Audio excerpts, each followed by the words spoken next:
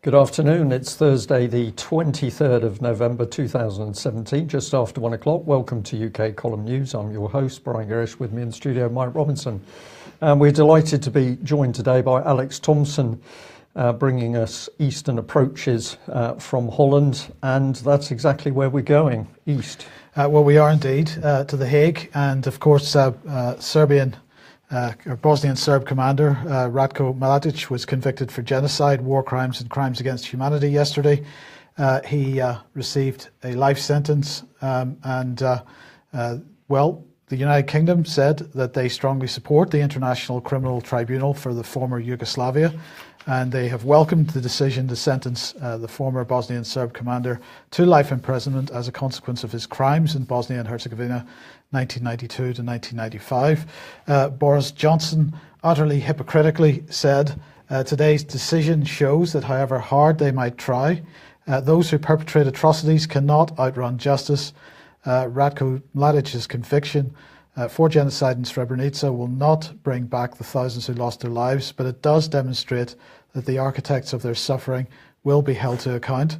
The atrocities perpetrated in the Balkans in the 1990s marked one of Europe's darkest periods. We must join together to ensure that it never happens again. Well, I don't really know what to say. But look, let's just remember some of what happened around this. And it's interesting that the skinny man here who was shaking the hand of Penny Marshall of ITN was in The Hague yesterday and was commenting on BBC PM programme last night. But in the summer of '92, Penny Marshall, alongside Ian Williams from Channel 4 News, were the first to uncover what is described as Serb-run detention camps, but which many people still say were refugee camps.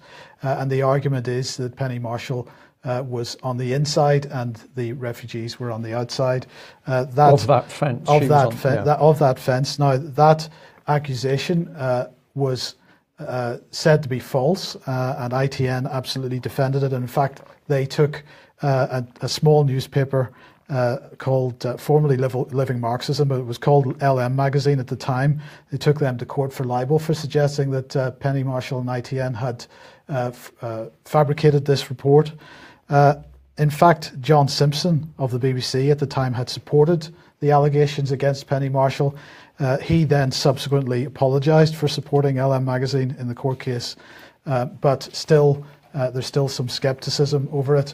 I would just say, I'd just ask the question, really, are there parallels to be drawn with Saving Syria's Children BBC documentary? Obviously, that was in Syria at a much later time, but nonetheless, the question needs to be asked, are there parallels, particularly in the sort of impact that the two reports had on the general public and on the political will to take certain types of action. Just as a side note here, I note that the Shadow Foreign Secretary, Emily Thornberry, who had said that she would support Robert Stewart in trying to get some answers from the BBC over Saving Syria's Children, has now taken a step back from that. But Alex, the reaction in Bosnia to this news of Mladic's conviction seems to be creating some division. I just wonder if you've got any thoughts on his conviction and Boris Johnson's thoughts about his conviction and what happened in Bosnia at the time. Well, for a real rundown, people should watch a 2010 film available on YouTube called The Weight of Chains, Težina Lanca, by Boris Malagurski, which was funded by the Serbian diaspora in Australia. But it contains a very cogent line of reporting with documents on screen and interviews.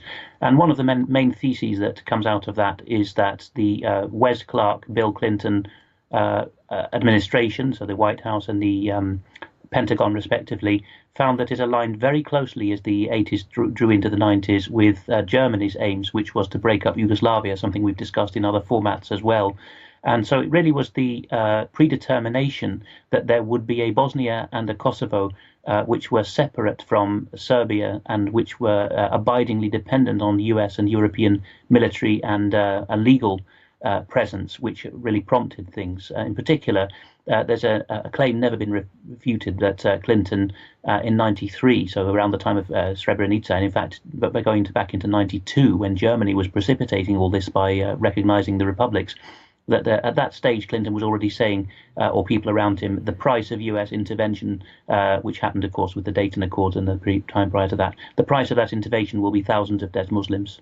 So there's also increasing suggestions here in the Netherlands, because it was a Dutch battalion which was keeping the peace in Srebrenica.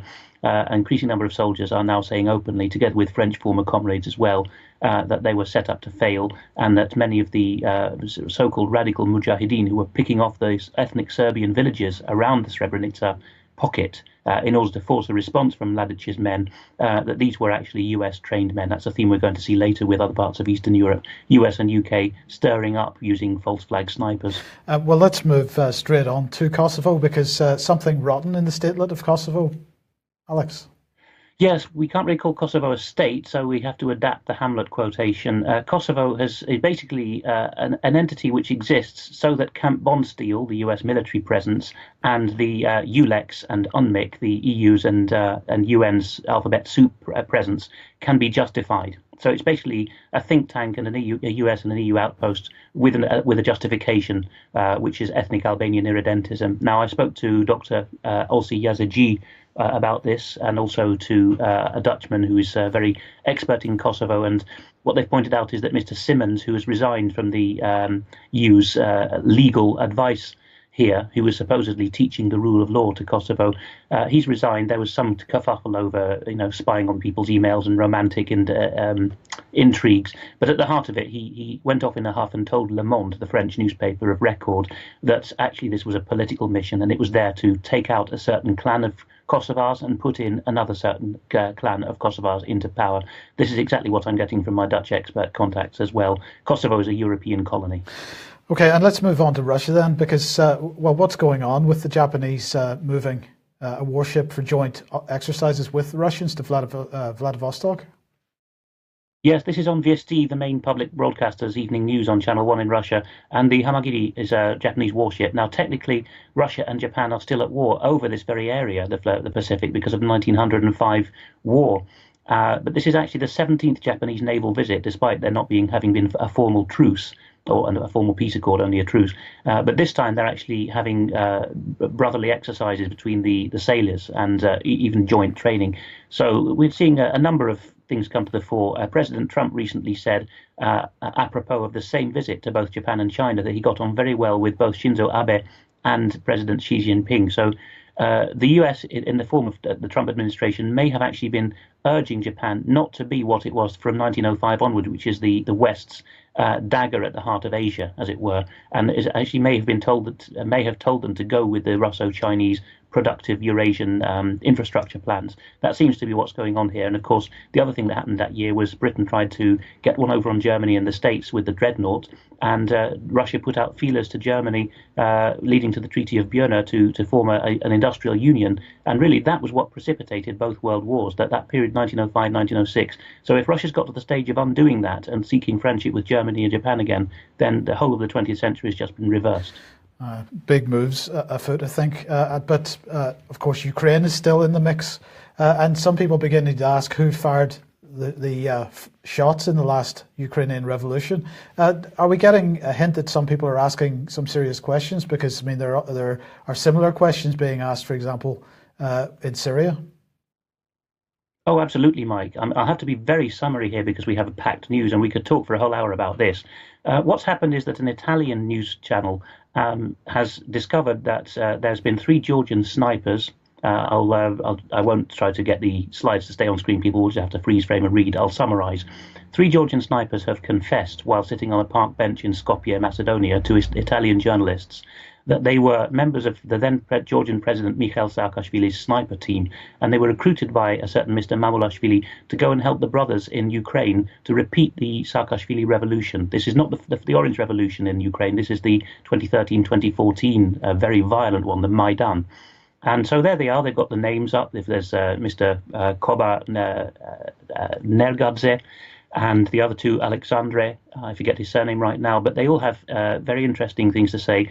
They say that Saakashvili personally ordered their presence there, that they were forced to go. This is all consistent with what I was seeing at the time. And crucially, they identified by name, which I ringed on the previous slide, the US trainer who was basically their handler throughout the period, a former para from the 101st Airborne, whom they name, and they have a mugshot of him, the Italians do anyway. So this is very serious stuff. They mention Lithuanian connections, Estonian connections, Macedonian connections. It's a veritable borscht of Eastern European agents. But tying it all together are the Americans and, I suspect, Brits. I know some of these networks. They run through individuals in the intelligence agencies and the military, and especially the consultancies when people leave service. So it's not the agencies themselves that are doing this. It's certain individuals of Satanist bent in both Britain and America who, as these Georgian snipers confess now, because they have very heavy consciences from what happened afterwards, they confess that they were used, and that the point of having them there was to create chaos to prevent Yanukovych staying on in power. Sorry, Alex. One of the fascinating things is that if we look at the Italian reports here, the one on the right, it says, once in Kiev, Alexander told us our role was to organize false flags to force the police to charge at the demonstrators. And then it goes on to say Catherine Ashton was told this reality within days of the event. And what does she do? Correct. What did she do subsequently? Absolutely, Zil. She was the inaugural holder of the EU's foreign ministry post, the EAS, External Action Service. Now it's Federica Mogherini.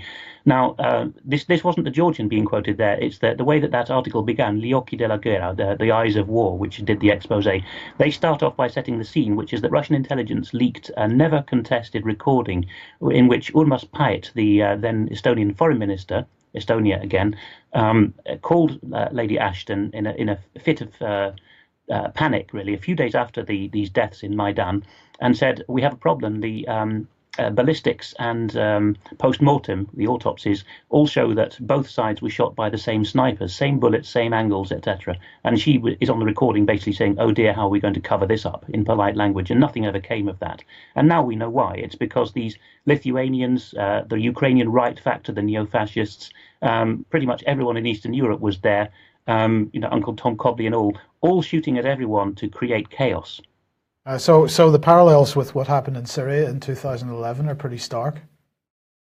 Oh, very much so. There's already been a BBC claim about who was shooting, and in 2015 they came out with a documentary from the BBC Russian service saying it was Yanukovych, the nasty pro-Russian president. And so I've ringed that. If you go to the Italian expose with Russian and English dubbing and subtitles, you will see what I've ringed. You get a suggestion for the next video is the BBC's version. If you go to that, the top 2 rated comments are people saying, come off it, BBC. Yanukovych stood to gain nothing from this, and he was never pro-Russian anyway. The goal of this revolution, they say, was to exasperate people enough to provoke a revolution. And so the answer to who benefited would be the CIA. Yeah. And that leads us straight back into the so-called black ops field, where we have a mix of people who have come out of specialist military organisations mixed with the money to fund them and their operations. This is a very dirty field. That is exactly where we need to be looking, Brian. Former MI6, former SAS, that caliber of men, I say caliber not morally, but in terms of training and contacts, same across the Atlantic, and they have had a long, long history of manipulating their colleagues within the services, and also particularly using the Europeans as pawns. I was going to say prawns. That's probably a very Freudian slip. They gobble them up for dinner. But this is what Gladio was about, both the classic Gladio and also Gladio B, as Sibel Edmonds presents it. The Brits and Americans creating a maelstrom wherever they go. And in the meantime, the players are all perhaps going to join the EU Customs Union and the Schengen area. Yeah, so the EU has lost Britain, but never mind, without actually gaining any more member states, because that's taboo now. The goody two-shoes of the EU and NATO's policies in Eastern Europe, Ukraine, Georgia and Moldova, the ones that keep having bloody contretemps with Russia and with their own people, they could be basically made members of the Customs Union and Schengen, although not the single market. According to the European Parliament, there will be talks with the neighbourhood states, so the Ukrainian government and so on, next week.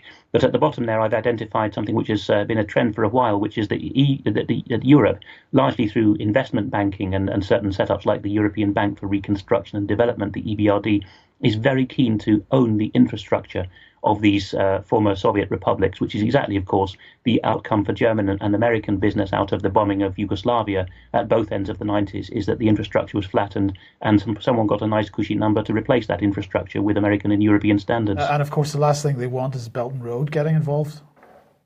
Oh, absolutely, because the Balkans is and Eurasia generally is crucial for the transit of people, energy, etc. So now this is very crucial stuff. You'll see later on in the news who actually stands to benefit. And just as a codicil there, the stateless former Saakashvili who ordered this, and if we're to believe the Georgian sniper's confessions, he has now pushed himself across the Polish-Ukrainian border illegally, and the Ukrainians have now let it be known that they're weeping no tears for him and that they're going to try to extricate him quietly before New Year to Poland. Well, you mentioned Trump earlier, and of course and Russia as well, and Russiagate continues to rumble on. And of course, right at the heart of Russiagate are the same types of people that you've just been talking about, particularly British security services and Fusion GPS in particular. This organisation, not directly linked, but ex-security services, fair to say, Alex? Oh yes, I can't push it too far, but what is claimed in the media about Mr. Steele has a very high chance of being entirely accurate about his former employment. So it's Christopher Steele, isn't it? That's yes, correct. Christopher yes. Steele, ex-MI6, allegedly ex-MI6, wrote the dodgy dossier, which is at the centre of the whole Russiagate thing. And the Washington Examiner here is pointing out that Fusion GPS, apparently they claim, paid journalists, or so they don't claim, they report, because it has appeared in court papers, that Fusion GPS had paid journalists to promote the dodgy dossier. So this is a filing, a related filing by House lawyers, House of the House of Representatives, which asserts that Fusion GPS brokered meetings for dossier author Christopher Steele with at least 5 major media outlets in September 2016, including Yahoo News. But the names of the journalists that were involved directly are still redacted, so we don't know who they are. But that's a pretty spectacular discovery. It's in court papers, so it's an allegation at the moment. But if it's true, it adds what does it do to the whole Russiagate story? Well, it makes it a matter of political inquiry, and of course, Congress, particularly the House of Representatives, when it gets its teeth into something, it will not let go. Everyone knows, for example, Congressman Trey Gowdy from South Carolina, and there are a couple of others now from different wings of the Republican Party who really put a spanner in the works of this smooth Anglo-American behind-the-scenes operation, because they've shown that actually they have got wind of it and they're not going to let go. And I don't think that had been reckoned with. I mean, the technique of paying journalists is well known in the agencies for sometimes legitimate national security aims. But this is the danger. If you have disreputable men who leave mid-service, particularly under a cloud or disgruntled that they were passed over for preferment, then they've got all their tricks and their address books intact, and they can go off and do the same thing for the dark side. That seems to be what's going on here. But the House of Representatives will ferret it out, I'm quite sure, and we've seen the evidence that they can be pretty explosive in their questioning.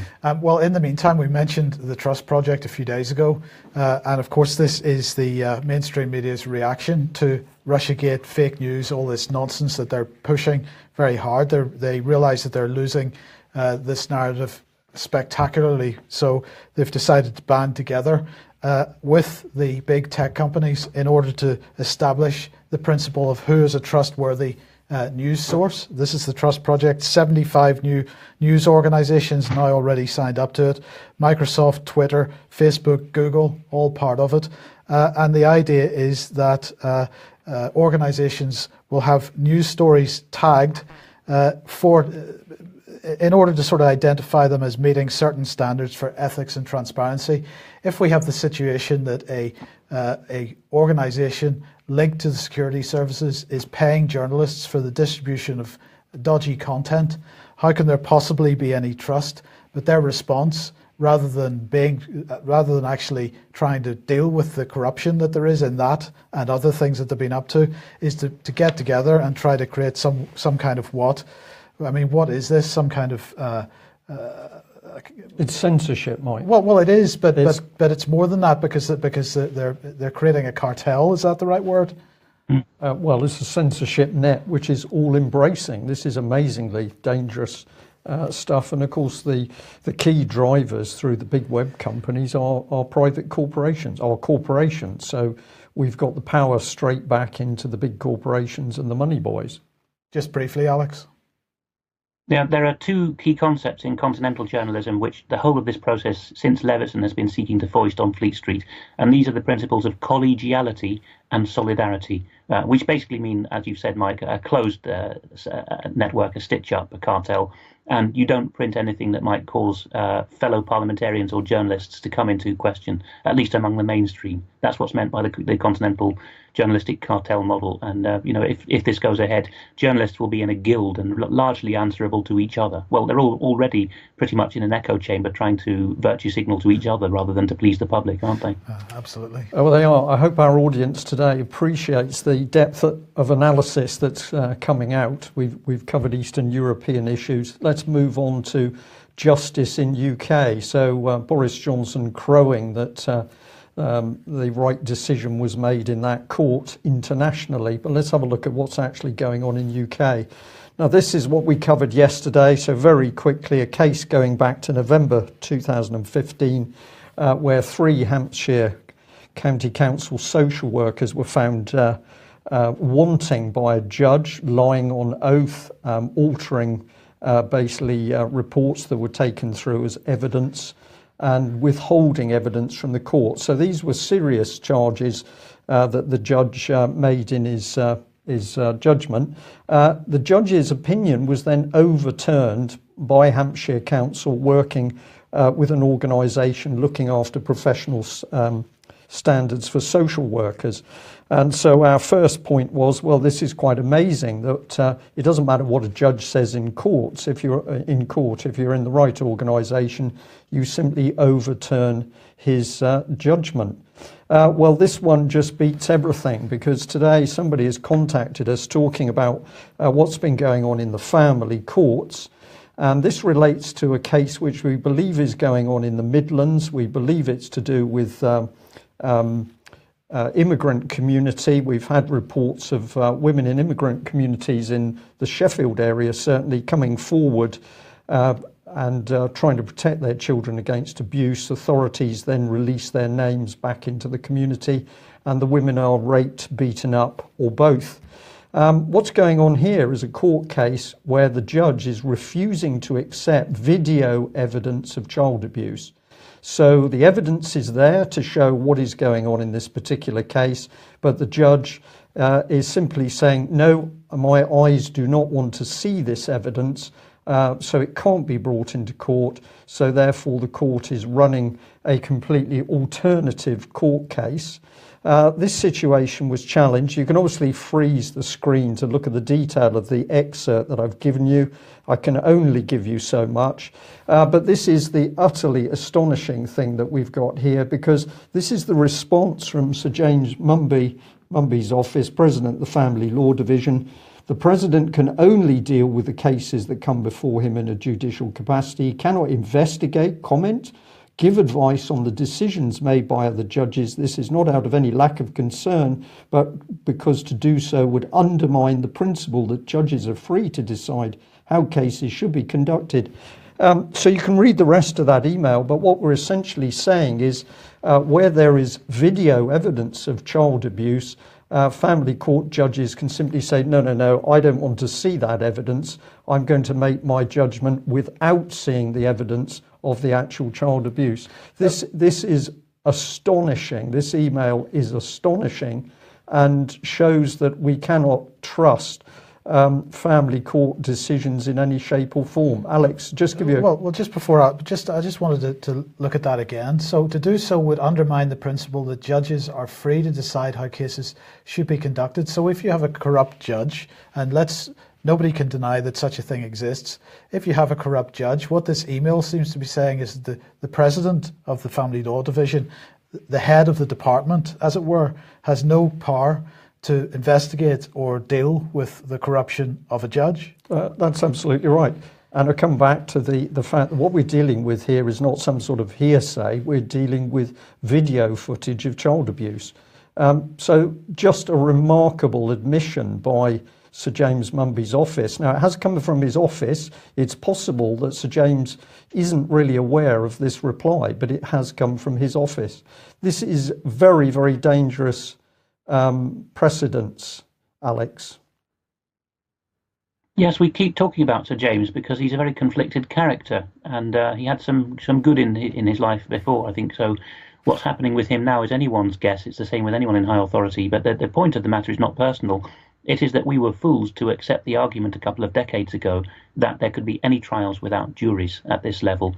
The creation of the family division and the removal of the juries allows these kinds of prima facie mistrials, as someone has said in the chat room. This is a mistrial on the face of it, to occur, because judges are acting as juries. Now, from William Penn's trial onwards, read Ken Dowdney's book. It's actually on the front cover of his book, the William Penn trial. From that trial onwards, we have established that whatever judges may tell us and be trained to believe in their law school education, juries in English law and, in fact, in Scots law are the judges of the facts and of the law. Yes. But they can't be judges of either of those things if they've been removed. And to quote The Simpsons, of course, it started with, "Won't someone please think of the children?" So we had to have no juries because of these sensitive issues of custody and child abuse. Then it moved on to the elderly with the Court of Protection. Then it was fraud with that the juries are too thick and waste public funds by not following the number crunching in fraud trials. And before you know it, the jury trial is more of an exception than a rule without having been formally abolished. So that this is the creep that happens if we allow ourselves to be told that there are some exceptions to the principles of English law. And Alex, I'll just add to that, well, it's a reminder, isn't it, that this is the situation inside Britain, and yet we have people like Boris Johnson lecturing other countries, other politicians on how to conduct their affairs. This is hypocrisy and duplicity of its worst kind. Where does all this lead? Well, this brings us back to our advert that we've been saying today. A lady may be evicted in Plymouth. The details are on the screen, plus text, which has been compiled by Danny Bamping, a very accurate text on what has been going on in her case. But essentially, a lady made bankrupt under false pretenses because she has assets, but the aim is that her home is taken from her. She's 61 years old. She's a vulnerable widow, but we see fraud and corruption in UK courts. Have a look at that text, freeze that on screen. And I'm going to back it up with this email that's come into us today from a lady called Elizabeth Watson. And she is suffering the same fraudulent attack through Britain's courts, which is aimed at taking away property. And here she's saying that there is no proof of any of the debts or charges made against her. And why is this happening? So have a look at that email yourself. But this is the state of Britain while Theresa May, Boris Johnson and others lecture countries overseas on how to conduct their affairs. Well, speaking of fraud and corruption, RBS, well, this is good news, Brian, because RBS is to be, well, the privatisation of RBS is to be relaunched. The government yesterday said that it was going to relaunch the sale of Royal Bank of Scotland, and they were hoping to sell, its 71% stake for around £15 billion, and they were hoping to sell £3 billion worth of shares each year up until 2023. Now, they had previously attempted to do this, but, things got in the way and whatnot. But the Treasury said yesterday, RBS has made significant progress in resolving its legacy issues and refocusing on serving British businesses and consumers. I don't think RBS has made any progress whatsoever on solving what are being described as legacy issues. There are still significant numbers of people who used to own small and medium-sized businesses who had those businesses destroyed by RBS that are still trying to get justice. And also, unfortunately, RBS has just been named in a new lawsuit. So this is a group of banks accused of rigging the US Treasury's markets. And this is a class action lawsuit which has been refiled in the New York Federal Court. And Goldman Sachs, Morgan Stanley, RBS, BNP Paribas and UBS are charged with rigging US Treasuries.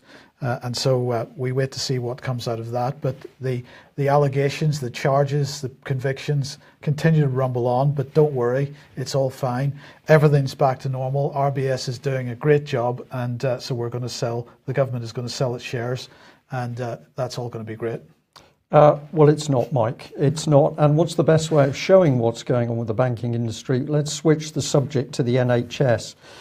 This is a photograph taken on the London Underground a couple of weeks ago. I was with some members of the British Constitution Group travelling back from a private talk, and I noticed this advert, and a gentleman, Adrian, kindly took a photograph of it. So here we are, see an NHS GP in minutes for free, 24/7, and this is all about an app on your phone.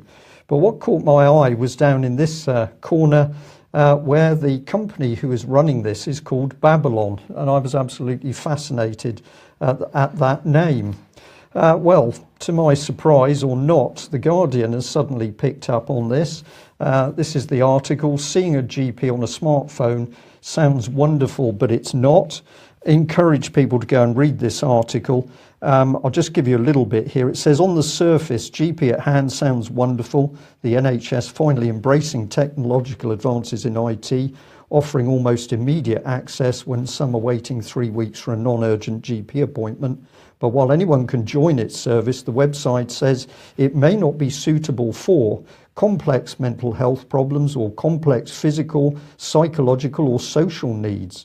Or if you're pregnant or older and frail, and as long as you don't have dementia or learning difficulties or safeguarding issues. So are those not the types of people that actually want to go and see a GP? Well, one would have thought so, and credit to the Guardian article here, the lady is on the case. This new service is cherry-picking its target population. This is worse than just failing to provide equal access. It undermines the basis on which GP practices achieve financial stability. We get paid an average of $151.37 a year for each registered patient. Now, you need to read the article, but the article to me was very interesting because I smell a little bit of fear here. So let's have a look at the company. This is part of their website. We're Babylon. Fascinating to see that if you want to join Babylon staff, you've got to drink a lot of Peroni beer, apparently. So here they are, young, fit, healthy, beer-drinking youngsters, and they are going to look after our needs through the NHS. So I tried to look at who Babylon actually were. I found it remarkably difficult until I went looking at individuals. And here's Dr. Ali Parsa. This is a quote. "When we see how much can be done with existing technology to improve access to healthcare for people everywhere, we ask ourselves two simple questions. If not us, then who? If not now, then when? There are no excuses for not trying." Oh, hold on a second, but that's exactly the type of argument that a drug dealer makes. If that wasn't me, it would be somebody else. That's the quote from Dr. Parsa, and I went having a look at who he is, so we'll bring him up on screen. And quite a few website referrals to this man say that he was an Iranian refugee. The suggestion is that he just about got out of Iran and he found sanctuary in this country. But very quickly, we find that he's had a very interesting background because he's mixing with Silicon Valley. He's helping the Said Business School in Oxford. He set up a company with a mere 200 million. A little bit of a banking background, we'll come on to that. And then he's advising the UK Cabinet Office on mutuals. So very interesting refugee, just pops up and next minute, a couple of £100 million. But what are they doing? Well, they're on a mission. They're on a mission to transform healthcare for everyone on earth. Oh, really? We don't have any problems in the NHS. We've got Babylon. So they were founded with a single purpose to put an accessible and affordable health service in the hands of every person on earth. That's quite a claim. That's quite a vision. One could almost say, are you sane to have a vision quite like that? Well, let's have a look at this man. Here he is. So we'll put a few pieces in. Banking background with Goldman Sachs, who we've just had on screen. So now I get some sort of idea of where we might get the odd 200 million from, possibly. Then he sets up this company with the 200 million, Circle Holdings. This gets a contract to run a hospital management scheme in Huntingdonshire, but the company pulls out just as the Care Quality Commission rates the hospital as inadequate. So that's a bit of a shame. He sets up Babylon, and a whole load of finance people get involved with a quick extra $25 million for that. So we've got Kinnevik, Adam Bailon, John Wright, DeepMind Technologies. You might like to investigate that. That's pretty interesting. And here we are with the Cabinet Office as ambassador for mutuals. So we're into life insurance, building society type organisations, all big money. And all of a sudden, he's got big contracts with the NHS. You were interested in pictures, Mike. If people have a look at that NHS brochure on screen, fascinating to see man cuddling the little baby. I don't get a good feeling about this picture. There's also a little rainbow down in the bottom of it, but I'll leave our audience to think about that. But let's come on to the main bit, which of course is Babylon. So the city of wickedness, I think you'll pick up on this, Alex. This is all to do with Ishtar and the gates from Babylon, which of course are now preserved, complete with the altar in a museum in Berlin. How do we get from an Iranian refugee to somebody driving huge transformation of the NHS, including the fact we're going to get rid of GPs and you're going to talk to an AI robot?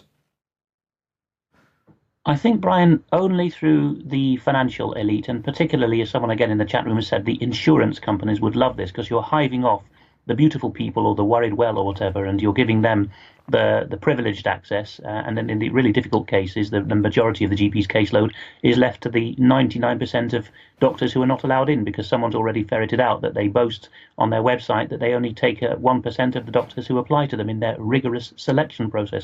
So it's very much a pyramid or layered healthcare system, which is exactly what you had in the ancient world, of course, particularly Babylon and Egypt with their sacerdotal elitism. It's very rare for a Persian to use the name Babylon. Iranians are very proud of their heritage, and they usually would call a company Persepolis or some other Esfahan or some other Persian name. But Babylon, yes, it was taken over by the Persians, but not a Persian city. Very, very odd stuff. And as for his catchphrase, if not me, then who? If not now, then when? That was used word for word by Emma Watson, the Harry Potter actress, to launch her He for She third wave feminist campaign at the United Nations last year. So same backers? Good question. Alex, yeah. I'm going to smile and say you astonish me. You've taken us from Eastern Europe to Harry Potter. But this is the state of British politics at the moment. And I'm going to introduce the word policy again. If people want to understand what's happening, they must look at the people driving the policy. And in this case, the policy that's coming in to privatise the NHS under the name Babylon. So earlier in the week, Alex, we kept, well, you wanted to mention it today. Earlier in the week, the UK lost its seat on the International Court of Justice at the United Nations because apparently a lot of developing countries ganged up and decided that India would be a better bet. Yes, so Dalveer Bhandari was chosen after 6 rounds of whittling down the opposition. The group of 77, basically, what used to be the non-aligned movement, has decided that it's had enough of British hegemony, particularly over legal services, which is where Britain had its real big shots. And the man who Britain thought was a shoo-in until it was embarrassed out of it was none other than Sir Christopher Greenwood, the author of the 2002 legal advice telling the government, in his capacity as a law professor in those days, that it was quite all right to invade Saddam Hussein's Iraq without a UN mandate. And this is the first time that in the United Nations history that Britain has not held a seat. Correct, although of course the common law and the English language continue to be represented by Bhandari, but this is really the dissolution yet again of the victor's order, or the pecking order of the 20th century, with the Anglo-French, Zionist, Russian, Chinese stitch-up with 2 wings within it. That's all going to the winds now. Eurasia's a thing, and the Anglo-Saxons are in retreat. Yes. Okay, well, Brian, I put this one in specially for you because HMS Diamond has had to abort its mission to the Gulf because it broke down. This is one of the new Type 45 frigates. Yes? Billion pounds. Yeah. And I hear there's another Type 45 that's just tied up permanently in Portsmouth Harbour. It's used for training and so on, but basically there aren't enough staff and parts to actually get it out of port. This one apparently can't actually get into the Mediterranean.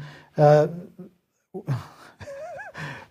do we say? Yes, well, it's getting more difficult. The first thing I'm going to say is that somebody had a little dig at me yesterday saying, was I being disloyal to Britain's armed services by giving the amount of information I do about the state of them? My answer to that is absolutely not, because without this being exposed, young men and women will be sent to war, will put their lives in danger, having insufficient men and equipment, defective units, so their lives are going to be put at risk. So I am very happy to be taking the lid off the sheer lies and deception by the British Ministry of Defence and the Royal Navy itself over what I would call the treasonous state of the Royal Navy.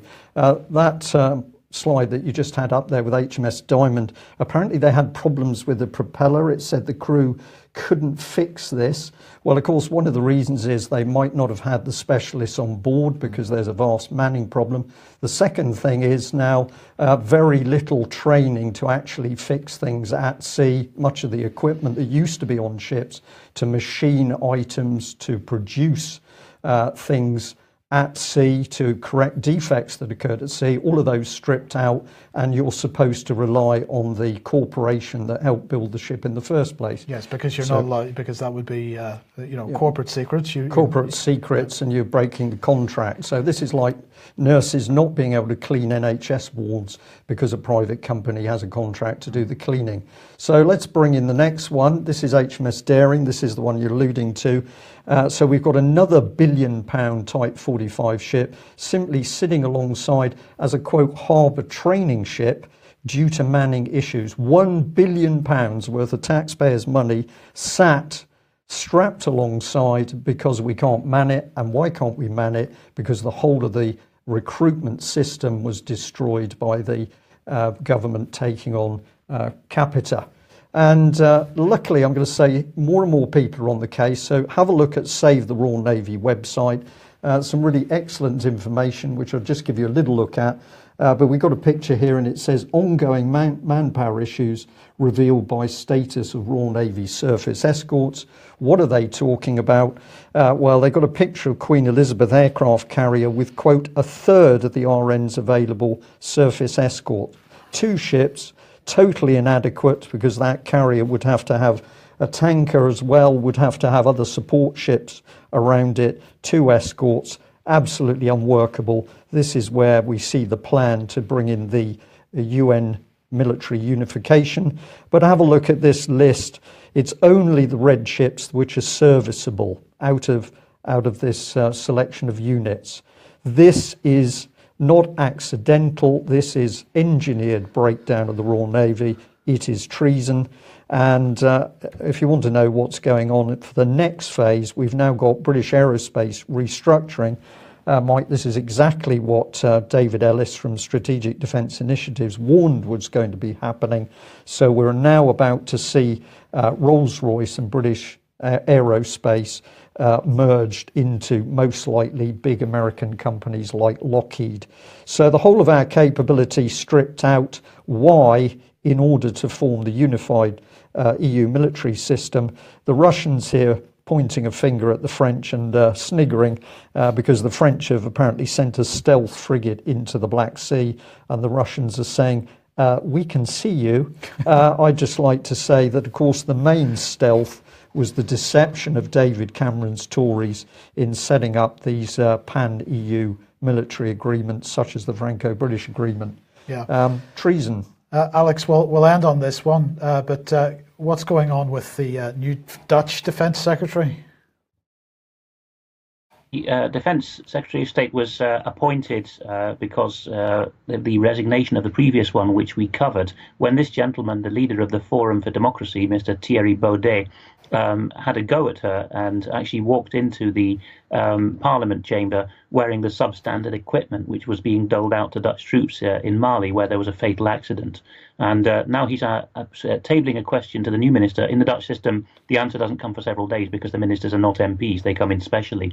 But perhaps you can read out there what exactly the question was that he posed. Yeah, he said, Madam Speaker, during the debate on the 3rd of October on the fatal mortar fire accident in Mali, which led to the resignation of the last Secretary of State for Defence, we, the Forum for Democracy, called attention to the poor materiel which our military men and women are being deployed with on overseas missions. Many of our servicemen are feeling compelled to purchase more adequate kit at their own expense.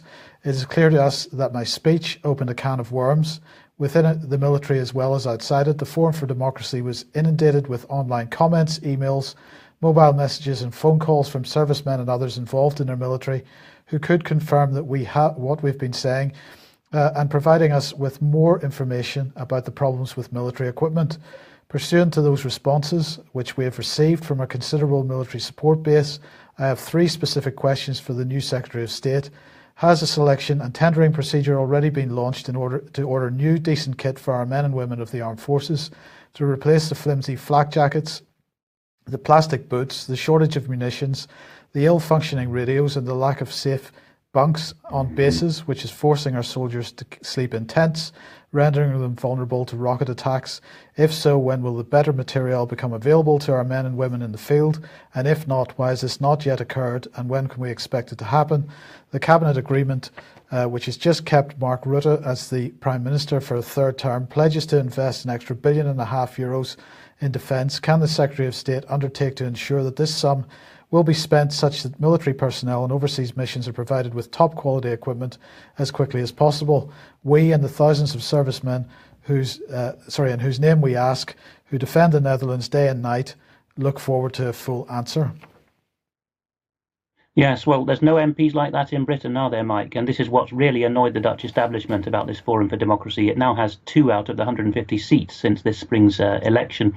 If there was an election tomorrow, polls say they would have 11 or 12 seats, so 6 times as many within a few months of appearing in Parliament, because they ask questions like this. And it's Mr. Baudet who has brought the term the cartel of parties into the public focus, because, again, as we were discussing with journalism, this is how continental elitism works at the political level as well. We're all in the same club together. And of course, he's not quite seen or not publicly said yet that this is about EU military union, but it is, because the Dutch are being rolled into German units which do not have any supply problems. Yeah.